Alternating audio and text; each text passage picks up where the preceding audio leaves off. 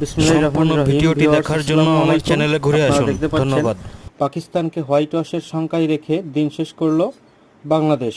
তথ্যসূত্র RTV news.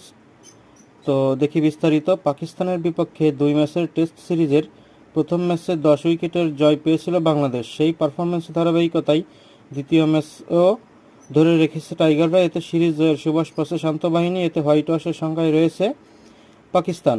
জয়ের জন্য 143 run দরকার। সফরকারীদের হাতে রয়েছে পুরো একটি দিন এবং 10 উইকেট। রাওয়ালপিন্ডিতে আপনারা জানেন, দ্বিতীয় টেস্টের প্রথম ইনিংসে 274 রান করে পাকিস্তান এবং 262 রান করে বাংলাদেশ, কিন্তু দ্বিতীয় ইনিংসে সুবিধা করতে পারেনি পাকিস্তানরা। 172 রান তুলতেই অল আউট হয়েছে স্বাগতিকরা। এতে 184 রানের সহজ লক্ষ্য পেয়েছে বাংলাদেশ।